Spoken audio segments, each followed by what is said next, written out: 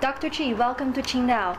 I understand you've been to China for several times, but this is your first time in Qingdao. So what is your impression of the city? I think it's a beautiful, beautiful city. It's very vibrant, wonderful weather.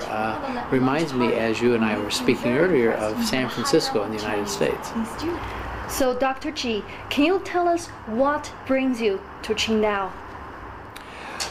Well, we have one of the premier language training programs in the United States, which also is situated here in Qingdao. We bring a number of students over that spend time here both in the summer and in the winter training in Chinese and living with Chinese partners here and being acquainted with becoming acquainted with the culture and developing opportunities for further relationships between our two countries.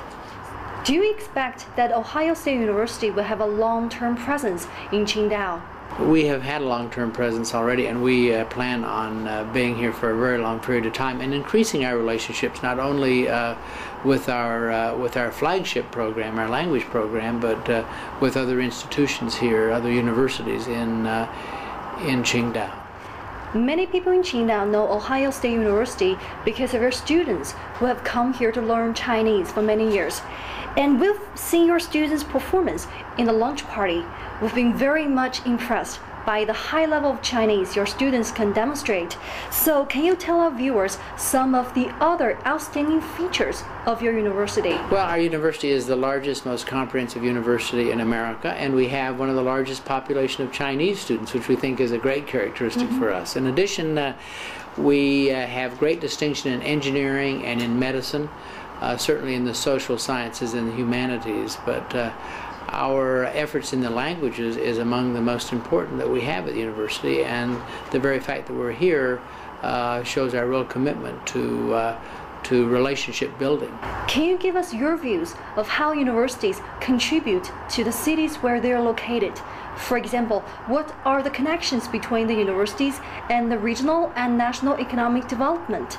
Well, I believe in this century that we have moved from a hardware society to a knowledge-based society, and we're certainly seeing that in China. And so universities are in one business, they're in the business of ideas. Yeah. So if ideas are going to drive this century, then we are the economic engines that will develop the future of this nation and our own. So yeah, exactly. Our universities are extremely important in the economic future of this country and our own. Universities around the world are seeking to internationalize. So can you give us your thoughts on what makes a university truly international and something about the process? Well, I think that an international university is one in which people believe that they have an obligation to think much more widely than just national borders. I think it's important for us to have a very diverse student body on our campus, from students from all over the world, so that they get ideas from all over the world. But it's equally important for universities to be all over the world, i.e. with their programs, with their students, with faculty activities, with research activities. So it is, universities should not have borders, and a great international university would be borderless, as a matter of fact. I know that you have held more university presidencies than any other American, and this is your second term in Ohio State University. The first term was from 1990 to 1998, so there must be something special about the university that can bring you back.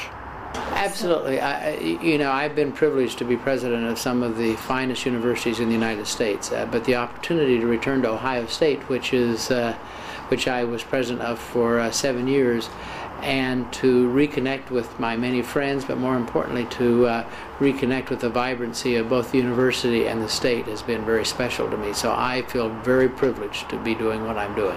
Dr. Qi, thank you for having this discussion with us.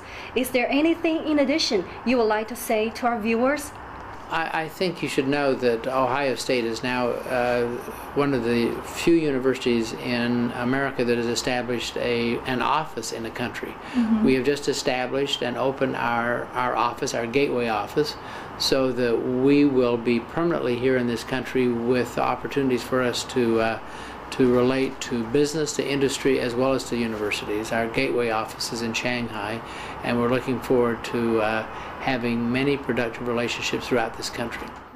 Thank you so much for your time. It's a privilege to have you on our show.